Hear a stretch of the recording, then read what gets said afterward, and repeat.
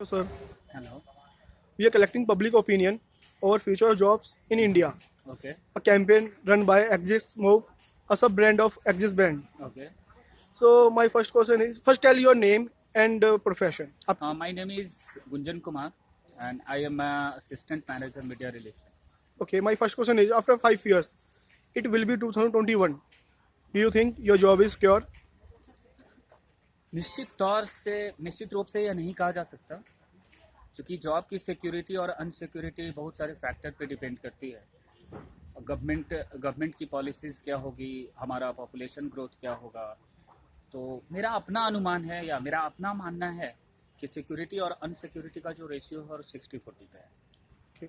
My second question is, by 2021, it is expected we will have driverless cabs, जिनमें मतलब कि मशीनें ही गाड़ी को चलाएगी, हमें ड्राइवर्स की रिक्वायरमेंट नहीं होगी.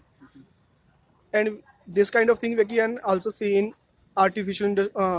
agriculture and manufacturing industries, where automation and artificial intelligence has replaced a lot of work, labor work.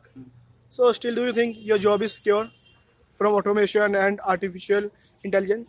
देखिए, इसके दो फैक्टर हैं। मेरे अनुसार इसके दो फैक्टर हैं। एक फैक्टर तो जैसा मैंने बताया कि गवर्नमेंट की पॉलिसी क्या होती है, इस पे जॉब की सिक्योरिटी और अनसिक्योरिटी डिपेंड करती है। अभी रिसेंटली 2015 में ही नरेंद्र मोदी ने, हमारे जो माननीय प्राइम मिनिस्टर हैं, उन्होंने दो दो चीज़ें लॉन्च की है, दो योजनाएं हैं, जिसमें डिजिटल इंडिया है और मेक इन इंडिया है। तो इसका इम्पैक्ट, अगर पॉजिटिव इम्पैक्ट की ओर हम देखें, तो जॉब सिक्योरिटी के सिर्फ चांसेस ही नहीं, बल्कि इंक्रीज करने की भी बहुत सारे चांसेस हैं। दूसरी बात यह है कि जिस प्रकार से अगर इसके दूसरे एस्पेक्ट की ओर हम गौर करें, तो हम पाते हैं कि जिस अनुसार से सरकार योजनाएं बनाती हैं, सरकार की योजनाएं बनाने में और हमारा पॉपुलेशन ग्रोथ दोनों इन्वर्सली प्रोपोर्शनल है। Okay, सरकार योजनाएं जो बनाती हैं वो 5 वर्षीय योजनाएं बनाती हैं, उसके अनुसार बनाती है। लेकिन वो क्या होता है कि योजनाओं के पॉपुलेशन ग्रोथ इतना हो जाता है, योजनाओं के बियॉन्ड चला जाता है। तो इस कारण से अनसिक्योरिटी के भी चांसेस मेरा हैं। तीसरा प्रश्न ये है, बाय 2021 जैसा आप देख सकते हैं कि हमारी population day by day increase कर रही है एट हाई पेस. ओके। हम दूसरे नंबर पे आते हैं चाइना के बाद. एक अनुमान के according we will approximately 1 million peoples, 10 lakh peoples will come to cities in search of jobs. तो आपको लगता है कि उनके लिए पर्याप्त जॉब होगी उस समय? डेफिनेटली, मतलब आप सिर्फ उसको माइग्रेशन मत देखिए कि ये रूरल एरिया से जो है अर्बन एरिया के लोग आते हैं। डिजिटल इंडिया का कॉन्सेप्ट ही यही है कि पूरे इंडिया को यूनिफॉर्म कर देना है। जैसे ही डिजिटल इंडिया का सपना जो है वो गांवों की तरफ जाएगा, शहरों से, निश्चित रूप से वहाँ भी एम्प्लॉयमेंट जनरेट होगा। मेरा चौथा क्वेश्चन आपसे, हमें ऐसा क्या करना चाहिए जो हमारे यंग ग्रेजुएट्स हैं, उन्हें क्या करना चाहिए यंग पीढ़ी को, जिससे कि नई जॉब्स आए इंडिया में?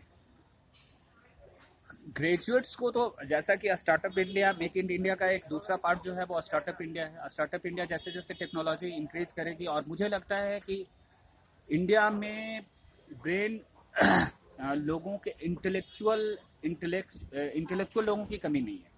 अगर आईटी इंडस्ट्री देखें तो आईटी इंडस्ट्री चाहे वो अमेरिका का हो या फिर आप इंग्लैंड में देखें कि वहाँ बहुत सारे मेडिकल, इंजीनियरिंग और आईटी प्रोफेशनल जो हैं वो इंडिया से ही जाते हैं।